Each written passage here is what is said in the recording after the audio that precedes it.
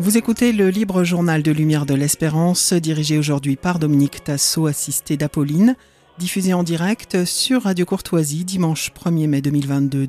Bonjour chers auditeurs, je suis heureux de vous retrouver avec comme invité en face de moi dans le studio monsieur l'abbé Guy Pagès.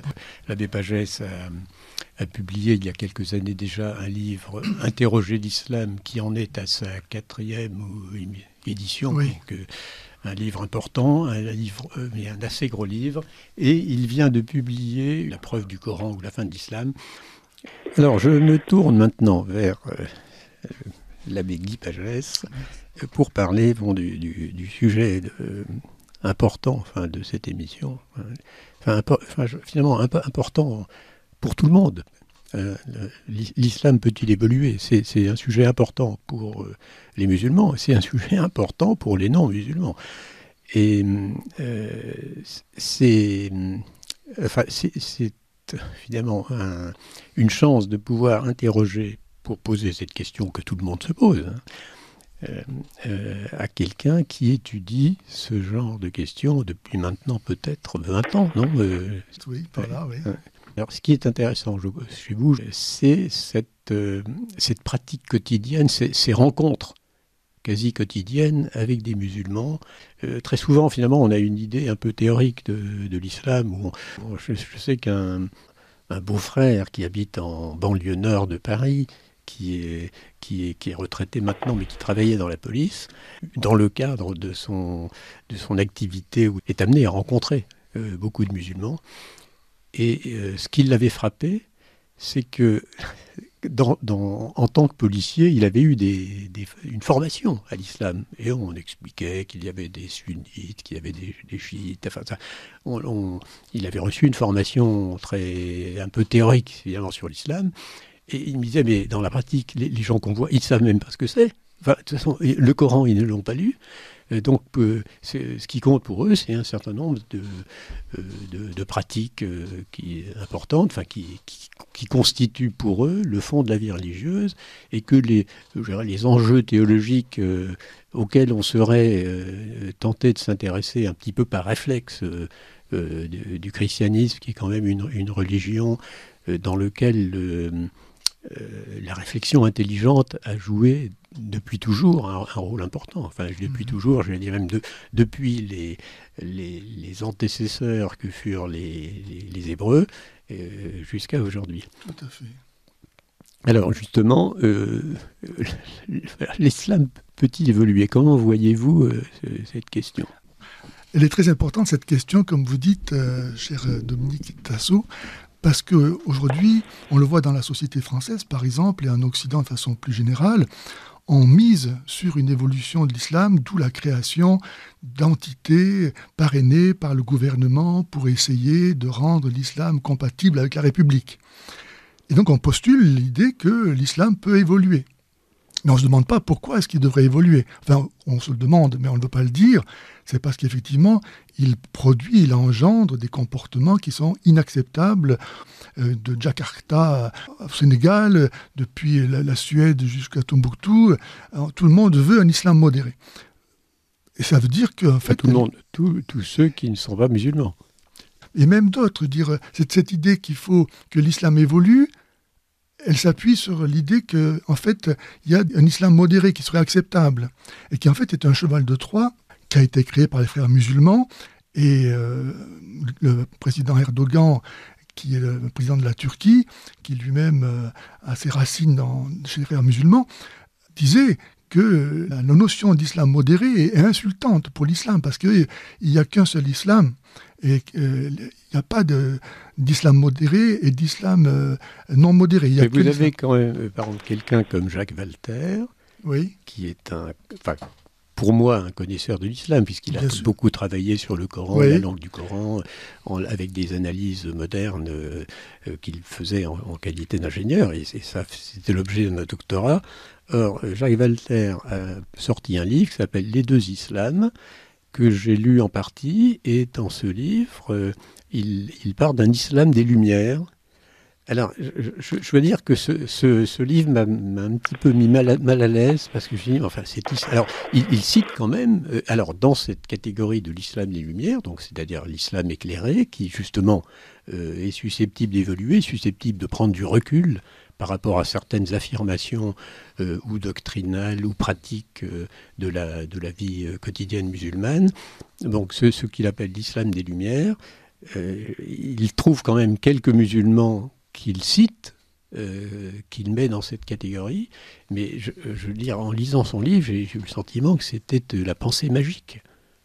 C'est-à-dire qu'il imaginait quelque chose qu'il souhaitait, mais qui ne correspond pas à une réalité. L'islam en soi ne peut pas évoluer parce que l'islam parfait, c'est ce qu'a vécu Mahomet au 7e siècle.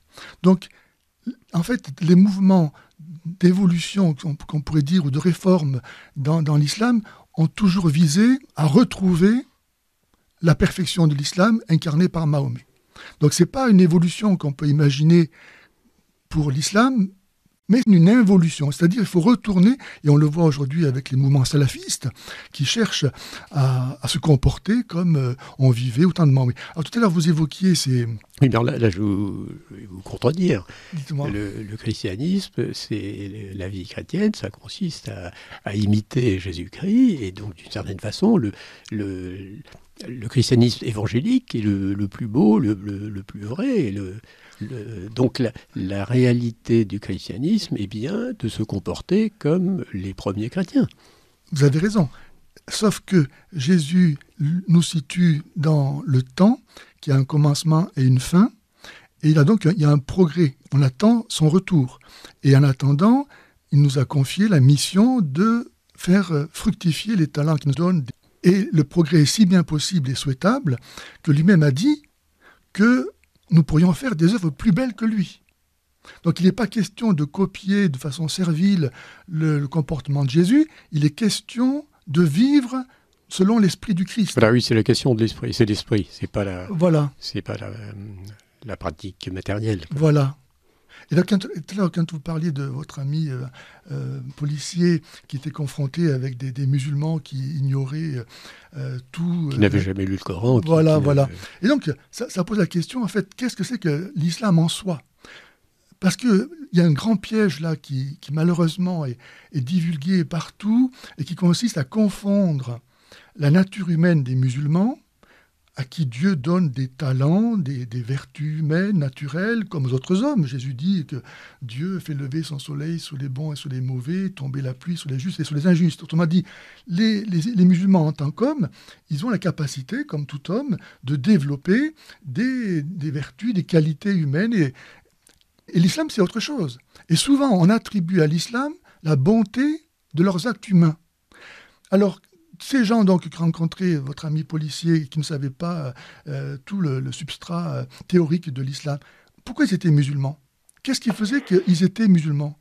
Eh bien, on peut dire que l'islam en soi, et théologiquement, nous chrétiens, nous voyons les choses ainsi, ça n'a pas d'autre raison d'être que de s'opposer, que de rejeter le christianisme. Ça n'apporte rien, en fait, dans l'histoire de la religion. Le christianisme, lui, il est venu accomplir le judaïsme. Alors souvent, les musulmans disent aux chrétiens, oui, de même que les juifs ont refusé Jésus, vous refusez Mahomet. Et donc, les chrétiens qui n'ont pas encore bien perçu quelle était la réalité du christianisme se laissent prendre à un tel piège. Or, les juifs attendaient le Messie. Ils ne l'ont pas reconnu en Jésus. Nous l'avons reconnu. Donc, nous accomplissons et nous apportont au niveau universel cette bonne nouvelle de l'annonce du Messie porté par le peuple d'Israël. Donc il n'y a pas un rejet du judaïsme par le christianisme. Mais si Jésus est Dieu, qu'est-ce que l'islam peut apporter ? En fait, il se définit lui-même pas par autre chose que par le refus du christianisme. Il s'agit de revenir au judaïsme, c'est-à-dire de nouveau de ne pas manger de cochon, d'être circoncis, lapider les femmes adultères, etc. Comme si Jésus n'était pas venu, le temps est effacé. Dans l'islam, en fait, la notion de temps disparaît. Il s'agit de vivre dans l'instant immédiat, totalitaire de l'éternité. Tout est bloqué avec la notion du Coran incréé, qui nous situe donc avant le temps. Donc, il n'y a pas une évolution possible. D'où, d'ailleurs, le fatalisme, le statisme des sociétés musulmanes. Elles sont prisonnières, écrasées par cette omnipotence, cette omniprésence de l'éternité face à elles, et qui les subjugue et qui les empêche de pouvoir se développer. Alors, je sais que ça a été publié dans un numéro du CEP il y a quelques années, un article sur la recherche et la science d'une manière générale dans les pays musulmans. Alors il y a une communauté des États musulmans qui représente un tiers de l'humanité. Et donc c'est un chercheur, un sociologue algérien qui avait fait ce travail, donc qui était lui-même musulman, on peut le penser. Il se présentait comme tel en tout cas. Et il avait comptabilisé les dépôts de brevets et les publications d'articles scientifiques dans l'ensemble des pays du monde. Et on arrivait à quelque chose qui était même presque choquant, c'est que ce 1,5 milliard d'êtres humains, donc une forte partie de l'humanité, dans lesquels il y a des pays qui ont de l'argent.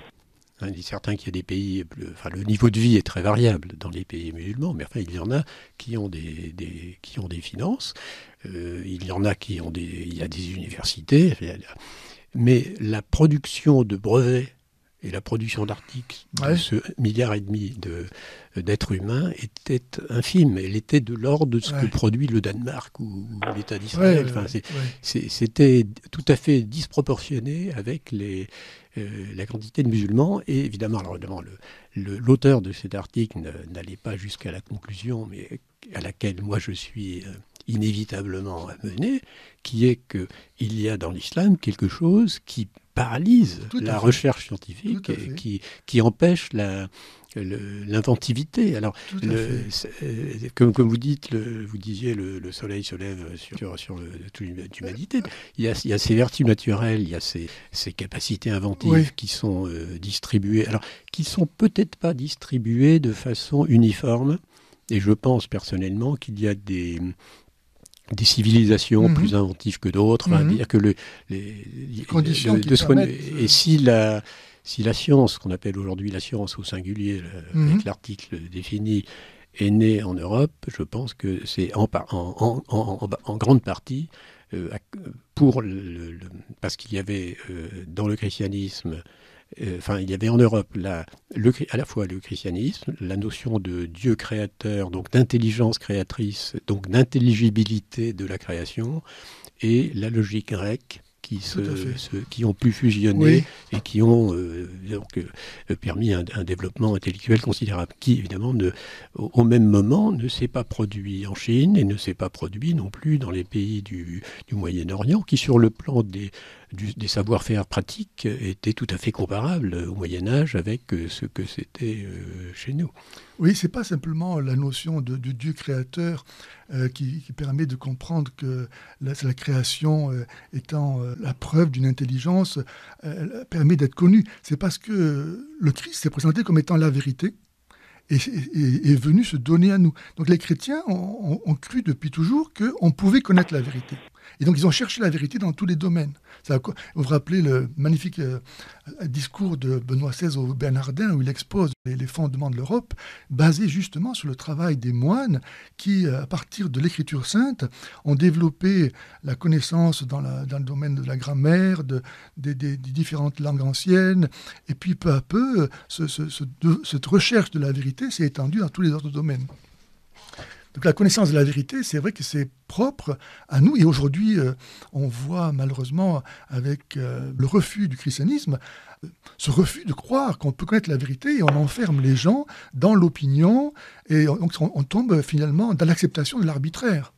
Et c'est le propre de tous les systèmes totalitaires qui ont besoin de détruire la connaissance du Christ pour pouvoir instaurer leur propre autorité.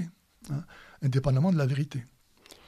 Alors justement, vous parliez de questions de langue, Oui. Parce qu'il y a évidemment quelque chose qui, enfin, pour moi, est choquant c'est le fait qu'il n'y ait pas en islam l'équivalent des exégètes, l'équivalent de tous ces gens qui essayent de comprendre la Bible. Parce que la Bible, c'est quand même un livre très ancien, qui a été écrit il y a très longtemps, et il n'est pas... ça n'est jamais évident de bien comprendre un texte ancien. Bon, c'est de fait. Et donc, il y a, en tout cas... dans le christianisme, toute une école, depuis toujours, pour essayer de bien comprendre les textes. Et finalement, alors, une chose qui m'a frappé dans votre livre, là, c'est que vous dites, mais on ne peut pas traduire le Coran, parce que pour traduire, il faut avoir compris. Et il y a dans le Coran un grand nombre de passages incompréhensibles. Tout à fait. Alors ça c'est choquant. Enfin, tout à fait. C'est pour ça que les musulmans ne veulent pas présenter le Coran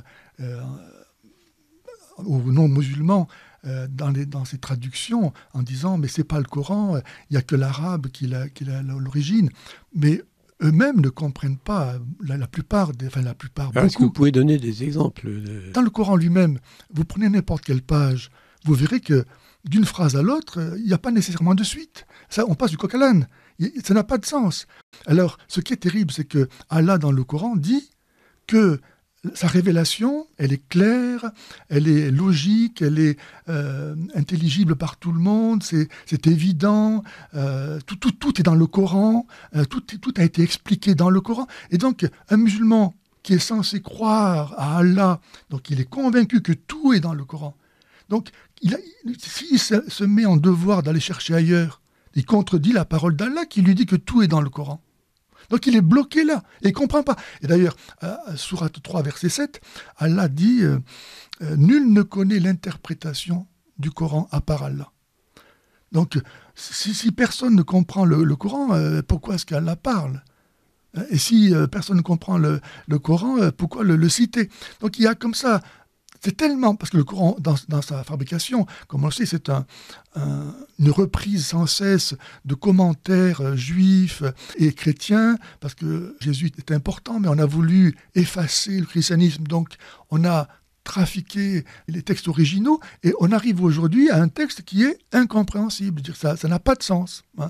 Alors, vous-même, quand vous parlez avec des musulmans, à quel texte vous référez ? C'est-à-dire, est-ce que vous arrivez à trouver un point d'entente pour une traduction utilisable par... Ah oui, il y a la traduction de Denise Masson, il y en a plusieurs. On peut prendre la traduction qui a été validée par le roi d'Arabie, je ne saurais plus redire son nom, mais on la trouve facilement sur Internet. Donc on a la traduction... validée par le roi d'Arabie. On a la traduction donc, de Denise Masson en français qui a été validée par l'université d'Al-Azhar. Ah, d'accord. Donc qui est le centre théologique majeur. Même si de fait, il n'y a pas d'autorité incontestable en islam, parce que, je dirais, il n'y a que Allah comme autorité. Voilà, exactement. D'accord. Et alors, justement, y a-t-il déjà eu des tentatives pour faire évoluer l'islam ? Peut-être même dès l'origine, d'ailleurs. Tout à fait. On a eu, par exemple, ce qu'on appelait le mouvement des Moutazilites, qui était au IXe siècle, des musulmans qui voulaient interpréter la parole d'Allah, qui pour eux n'était pas autre chose qu'une parole humaine. Ce n'était pas le Coran écrit. Donc il faisait référence au concept de la philosophie. Oui, mais ça peut être une part, si vous voulez, pour un chrétien ou pour un juif, la Bible est à la fois une parole divine et une parole humaine. C'est-à-dire qu'il y a un rédacteur humain et il y a un inspirateur. Oui. Et donc, c'est les deux à la fois. Alors ça, pour un musulman, c'est impensable. C'est même la pire abomination qu'on puisse imaginer, parce que pour l'islam... Donc c'est là où on voit le caractère vraiment anti-chrétien par essence, c'est que l'associationnisme, c'est-à-dire le fait d'imaginer Allah associé à une créature, c'est quelque chose qui attente à l'absolue transcendance de Dieu. Donc on ne peut pas imaginer quelque association entre Dieu et autre chose. Et donc la parole de Dieu telle que nous la comprenons, nous, pour l'islam, c'est impossible. Le Coran vient du ciel et il demeure devant Allah, sous une table gardée de toute éternité. Il n'y a rien d'humain. Mahomet n'a fait que répéter ce que l'ange lui disait. Donc ça n'a aucun rapport avec l'humanité, quelque part. Donc ça amène des problèmes invraisemblables, parce que si le Coran est la parole de Dieu qui n'a aucun rapport avec la parole humaine, donc les musulmans qui prétendent comprendre le Coran, ils sont au même niveau que Dieu. Donc, mais pour comprendre Dieu, il faut être Dieu. Donc, comment est-ce qu'ils peuvent, en refusant l'associationnisme, prétendre connaître le Coran ? D'une certaine façon, l'homme a été doué d'intelligence par Dieu, l'homme est créé à l'image de Dieu, donc il y a des analogies tout à fait possibles entre la pensée divine et la pensée humaine. Je pense même que les mathématiques sont communes c'est le cas particulier, puisque l'être mathématique s'épuise dans la définition qu'on en donne, et en ce sens, il ne peut pas être différent pour Dieu et pour l'homme. Alors qu'évidemment, dans beaucoup d'autres domaines, la connaissance de l'homme est tout à fait rudimentaire par rapport à la connaissance du Créateur lui-même, quoi. Oui, mais ça, vous dites ça en tant que chrétien. Et pour un musulman, il n'y a pas lieu de penser ainsi. C'est pas possible de penser comme ça. Alors c'est pas possible parce que de penser comme ça, c'est-à-dire de prendre du recul, de prendre le recul de la réflexion, le recul critique par rapport au Coran. Alors le musulman qui ne lit jamais le Coran, qui est apparemment la majorité. Oui. Il répète des sourates dans sa prière, voilà. Mais il n'a pas à chercher à comprendre. Parce que comme c'est la parole de Dieu, Dieu est Dieu et moi je suis Dieu, donc il y a un abîme qui nous sépare. Oui.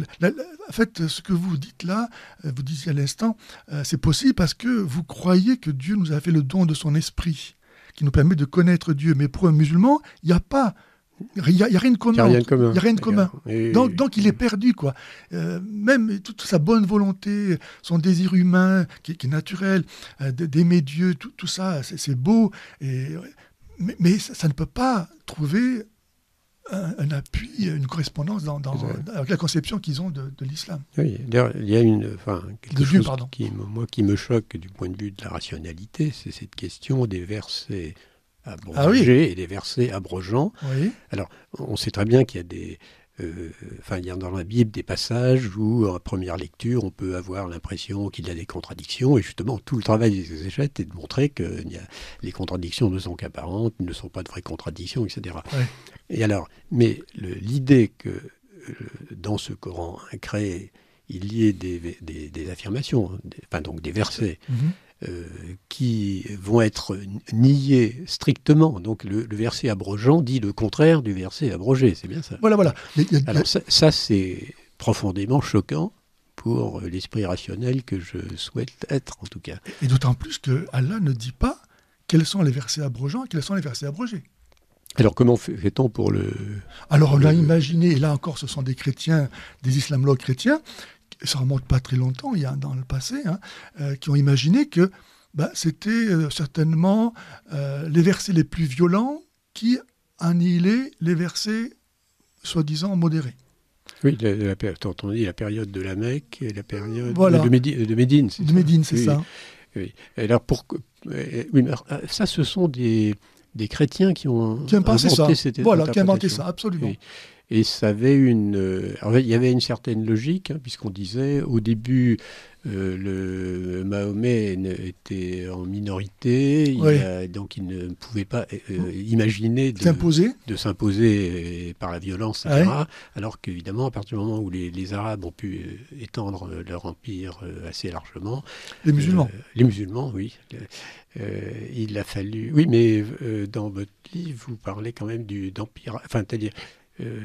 il y a le problème de l'arabité de l'islam, c'est-à-dire c'est au moment où il y a eu politiquement une domination arabe sur une partie du Proche-Orient que justement on est passé à une étape où politiquement on pouvait imposer la religion et on pouvait convertir par le sabre. Oui. et créer un mythe qui permette donc justement aux Arabes de faire le pendant aux Juifs en revendiquant une origine raciale qui était le nouveau peuple élu. Mais donc dans l'histoire, il y a eu encore des tentatives de réforme. Bon, je pense qu'une des plus récentes et des plus importantes, c'est celle du président Al-Sisi en Égypte. N'est-ce pas, vous rappelez ce discours qu'il a fait au Caire en 2015, où il dit ceci: « Nous devons considérer longuement et froidement la situation dans laquelle nous nous trouvons. Il est inconcevable qu'en raison de la pensée que nous tenons pour la plus sacrée, notre communauté soit source de préoccupation, de danger, de tuerie et de destruction pour le monde entier.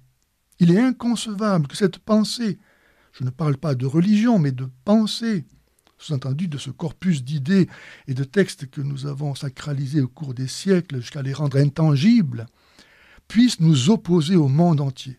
Peut-on imaginer, dit-il encore, que 1,6 milliard de personnes puissent vouloir tuer le reste des habitants du monde, qui sont 7 milliards? C'est impensable. Vous voyez, donc Oui, mais alors, c'est un mauvais musulman, ou au contraire, c'est un exemple d'islam éclairé? Alors, pour moi, c'est un homme qui, en fait, préfère écouter la voix de sa conscience, par laquelle Dieu parle au cœur de tout homme, pour l'inviter à fuir le mal et à faire le bien. Il n'a pas encore, malheureusement, et puis c'est peut-être difficile pour lui dans la situation où il est, été capable de condamner l'islam. Mais quoique dans son propos, il dit qu'il condamne non pas la religion, mais la pensée qui a été produite au nom de cette religion. Oui, et puis il s'adressait à l'université, oui, à Lazare. C'est ça. Il a invité tous ces dignitaires à opérer une réforme pour chasser de leur enseignement tout ce qui nous paraît et qu'il évoque comme étant abominable, n'est-ce pas? Et qui est enseigné par l'islam, mais enseigné par le Coran, enseigné par le comportement de Mahomet. Donc on ne peut pas vouloir un islam soi-disant modéré et continuer à vouloir être musulman sans remettre en question le fondement même de l'islam, qui est la parole d'Allah, qui est le comportement de Mahomet, et qui sont le condensé de tout ce que nous rejetons. Alors, une question d'auditeur. Oui.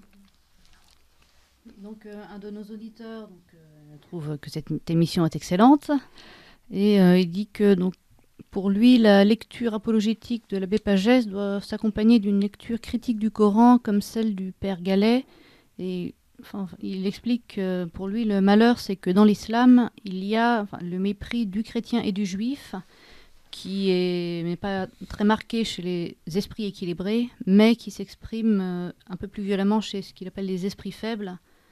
Et donc, il y a pour lui comme un enseignement du mépris dans le Coran. Mais même de la haine.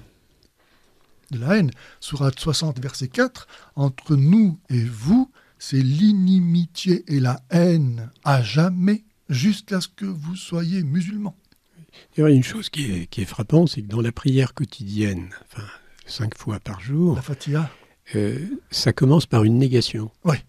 Alors ça, c'est quand même assez étonnant. C'est ça. Mais vous voyez, c'est là on voit bien que l'islam, dans son essence, c'est pas autre chose que le refus du christianisme.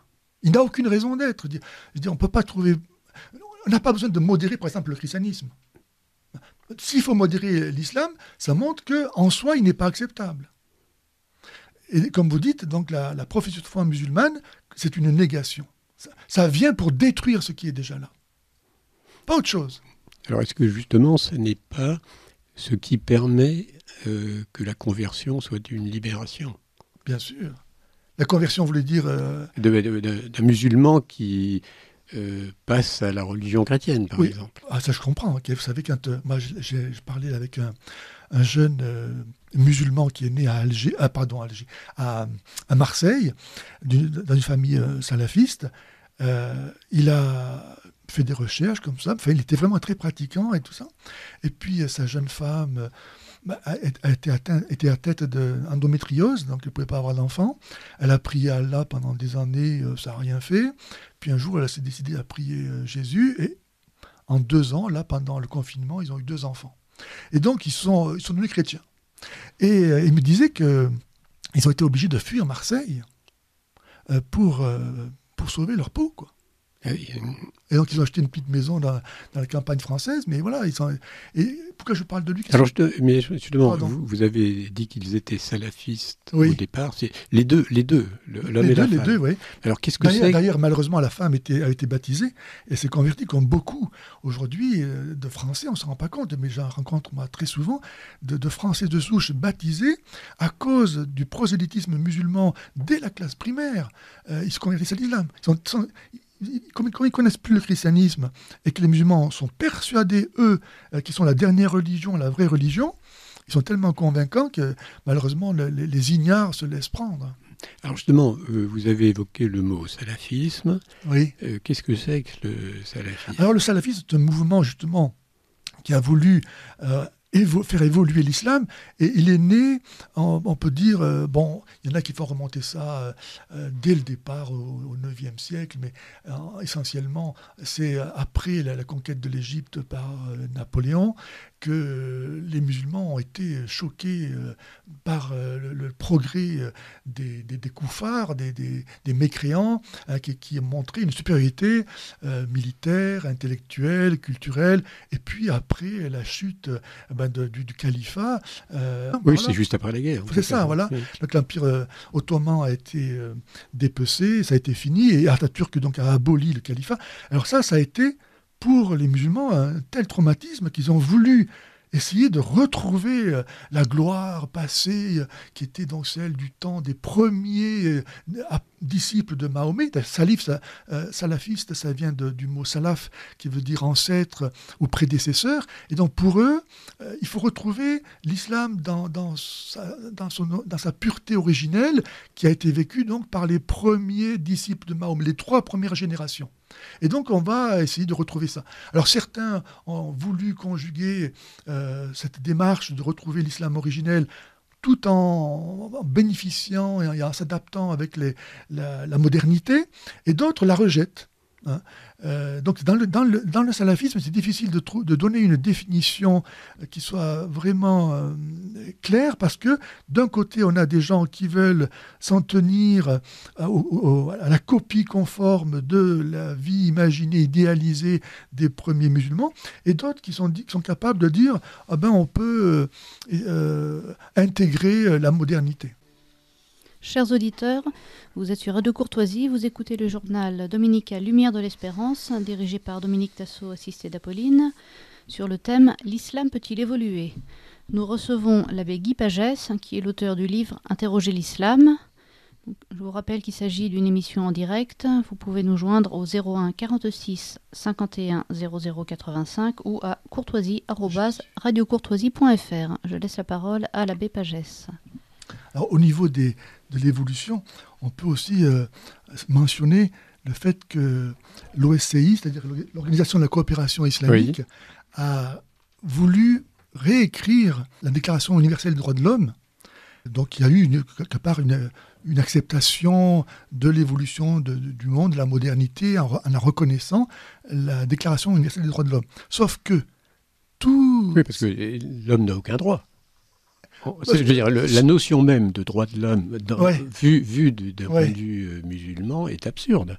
Il y a un droit, c'est la charia, vous savez, c'est donc la législation qui résume en fait tout l'islam. C'est une loi qui est donnée par Allah. Mais cette loi, elle justement ne postule pas l'égalité de tous les hommes, elle est pour les musulmans. Il y a au contraire une discrimination qui est essentielle dans la charia, entre les hommes et les femmes, entre les hommes libres et les esclaves, entre les musulmans et les non-musulmans. Mais ce que je veux dire, c'est que cette déclaration qui a été donc quand même signée par les 57 pays membres de l'OSCI se termine toujours, chaque article, par « à moins que la charia n'en décide autrement ».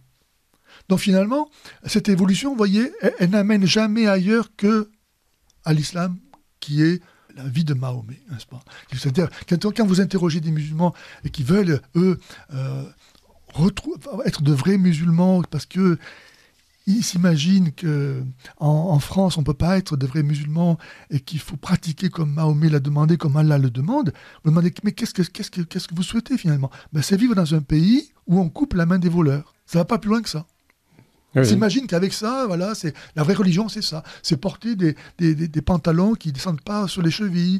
C'est tout un tas comme ça, de règlements qui sont propres au judaïsme talmudique. Hein? Alors, nous recevons beaucoup de questions. Ah. Alors, donc, toutes ne pourront pas être transmises, mais une qui se pose la question des rapports entre catholiques et musulmans. Et à propos du prosélytisme qu'il On a évoqué.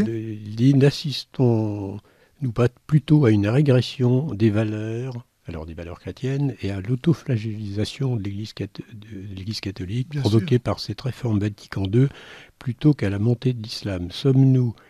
Ne sommes-nous pas nos propres ennemis Bien sûr. quand on entend ces croyants catholiques dire que l'autre est mieux et nous des médiocres? Bien sûr.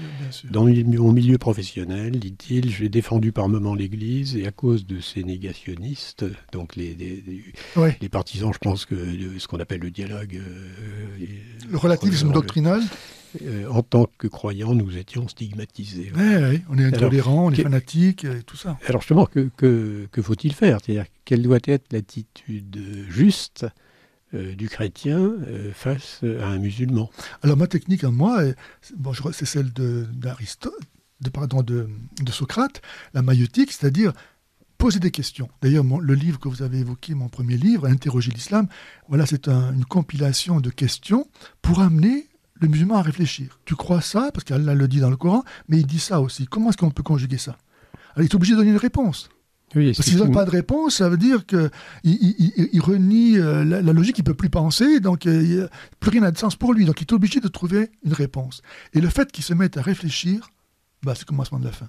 Oui, c'est ce qui m'avait frappé dans le livre de Joseph Fadel, donc, qui est un Irakien converti, et cette conversion s'est produite quand pendant son service militaire, il était dans une chambre avec un chrétien qui, évidemment, ne pouvait absolument pas faire de prosélytisme, surtout que Joseph Fadel, je pense que c'est un nom c'est un nouveau Bien nom, sûr. mais ce n'est pas son vrai nom irakien, appartenait à une grande famille irakienne, etc. Et donc, mais par contre, ce chrétien lui a dit, mais est-ce que tu as lu le Coran? Cherche à comprendre. Lu au sens d'une lecture intelligente, et c'est toute sa démarche a été déclenchée par cette question. Exactement. Donc c'est ça, à mon avis, qui est respectueux des musulmans. On n'a pas du tout de haine pour les musulmans, on a de la haine que contre l'islam, qui perd et les musulmans et le reste du monde. Donc on invite les musulmans à essayer de comprendre ce en quoi ils croient. Et là, franchement, si quelqu'un est sincère, ça ne peut pas aller très loin. Alors là, justement, un auditeur qui est abonné à votre site, Islam et Vérité. Merci beaucoup.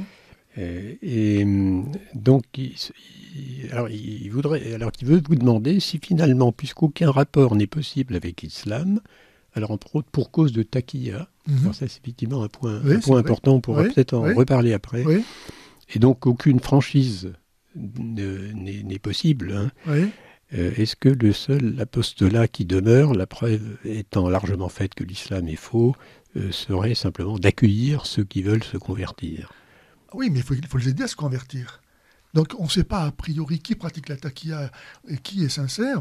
Donc on donne, comme dit Jésus, ce que je vous dis dans le cœur, de proclamer sous les toits. Donc voilà, tout musulman a droit à entendre la parole, comme tout homme, et après il fait ce qu'il veut. Mais il faut les évangéliser. Il faut oser leur dire que l'islam est faux et pourquoi, et les inviter à réfléchir, à donner des réponses sur les contradictions du Coran. Alors vous avez un site qui s'appelle Islam et Vérité. Oui. Est-ce que vous pouvez nous parler un petit peu de ce site, nous dire comment on y accède et éventuellement si on peut vous aider? C'est très aimable. Écoutez, alors ce site, je l'ai créé il y a très longtemps, j'ai peut-être 15 ans. Il a été détruit à 3 reprises. Donc c'est-à-dire, comment on dit, les hackers qui vous ont cassé le site. La première fois, les hackers avaient laissé cette seule phrase, Islam is the only true religion of the world.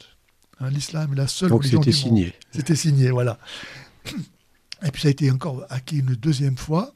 Et puis la troisième fois, ça a été sous le gouvernement de François Hollande, les flics qui ont débarqué aux databases, là où sont conservés les disques durs, qui ont pris sans procès, sans avertissement, sans rien, le disque dur lui-même pour où était mon site. Bon, c'est pas aller plus loin, Dieu merci, mais le résultat, c'est que il n'y a plus personne qui veut héberger mon site. Plus personne ne veut héberger mon site. Oui, effectivement. Ah oui, parce que ça... Et donc là, j'ai trouvé une entreprise qui veut bien le faire. C'est peut-être la seule qui pourrait faire ça.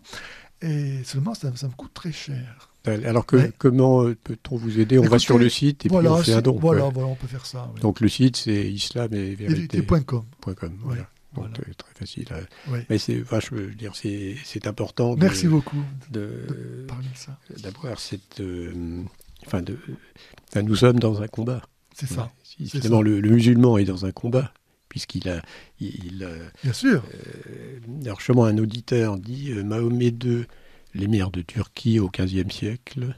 c'est lui qui a conquis, c'est lui qui a conquis Constantinople. Voilà, Mehmet II. Mehmet II, qui est entré à cheval dans Sainte-Sophie. Oui, c'est ça. Alors il disait, la mission de l'islam prendra fin quand le croissant sera fermé. Qu'est-ce que ça vous inspire ? Ça veut dire que il est fermé, ça veut dire qu'il aura le tout. Hein, il aura acquis la totalité du monde. Oui, mais alors là, je ferai j'ai une objection qui me rappelle une anecdote qui se passait en Ukraine du temps de Khrouchtchev, d'ailleurs il y a fort longtemps. Et on explique l'institutrice explique aux élèves que bientôt les États-Unis vont disparaître, et que évidemment l'Union soviétique va tout conquérir, etc. Oui. Et alors l'élève lève le doigt en disant Madame, d'où viendra le blé ? Parce qu'évidemment, il y avait à l'époque ce problème de productivité qui a été le problème majeur, qui a été l'échec du système soviétique. Alors, il y a un petit peu la même chose, parce qu'au fond, Mahomet, c'est un chef de réseau. C'est la razzia est un petit peu un mode de fonctionnement classique des voleurs de l'islam. Et ça ne marche que quand il a des gens à rallier. Voilà, je crois même qu'il y a eu un gouverneur du Caire qui à une époque, il avait reçu, alors je ne sais pas sous quel califat c'était, mais il recevait des instructions pour convertir beaucoup de gens. Et alors il a dit, oui, mais qui paiera l'impôt ? C'est ça. Tout ça, c'est des choses qui montrent bien justement que l'islam ne peut pas être tout à fait. la solution universelle, puisque à ce moment-là, il n'y aura plus personne à faire travailler. Alors justement, quel est le rapport de l'islam au travail ? Parce qu'il y a des civilisations dans lesquelles le travail est une malédiction, et des civilisations dans lesquelles le travail est valorisé. Est-ce que l'islam a une position là-dessus ? Dans son origine, le modèle Mahomet était quelqu'un qui faisait des guerres, des razzias, qui était esclavagiste. Donc c'est pas quelqu'un qui donne l'exemple d'un travail. Et toutes les belles œuvres qu'on peut admirer dans la civilisation musulmane, en fait, ne viennent pas de l'islam, mais des chrétiens, des dhimmis, des zoroastriens, des juifs qui étaient là et qui ont, eux, travaillé et ont produit ces œuvres. Hein. Quand on passe, par exemple, je prends cet exemple des miniatures perses au XIVe siècle, on va dire, voilà ce que l'islam produit. Ben non, c'est pas l'islam qui est la cause de ces œuvres d'art, puisqu'il interdit la figuration. Et tout est comme ça. En fait. Oui, il y a une remarque que certains historiens ont fait à propos d'Al-Andalus, qui est censé être un miracle de civilisation au sud de l'Espagne. Il a dit, mais si c'était les conquérants musulmans qui étaient à l'origine de ce miracle, cette civilisation se serait transportée en Afrique du Nord au moment où ils ont dû quitter l'Égypte. Et c'est pas du tout ce qui s'est passé. Tout à fait. Donc ça veut bien dire que le savoir-faire était resté sur place et donc n'était pas... Et ils l'ont trouvé sur place. Oui, c'est ça. Par contre, ils ont su l'exploiter. Voilà. Jusqu'à épuisement, en fait.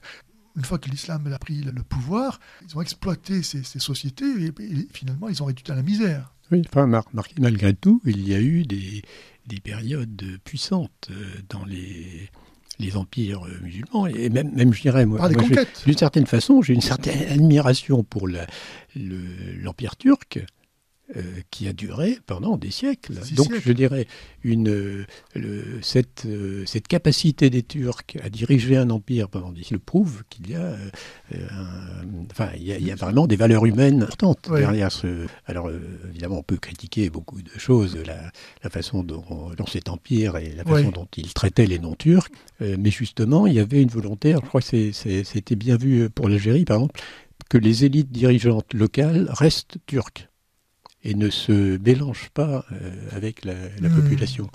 Donc, en ce sens, on peut dire que c'est vraiment les Turcs qui continuent à diriger. Un auditeur, à propos de... Donc, qui dit que votre livre, alors, Interroger l'islam, est merveilleux, excellent, etc. Il pose très bien les questions. Et alors, il signale un livre, Jésus et Mahomet, par Marc Gabriel, musulman converti et professeur d'islam. Oui. Mais alors, il est toujours professeur d'islam tout en étant converti au christianisme. Non, il est aux États-Unis maintenant. En fait, il évangélise.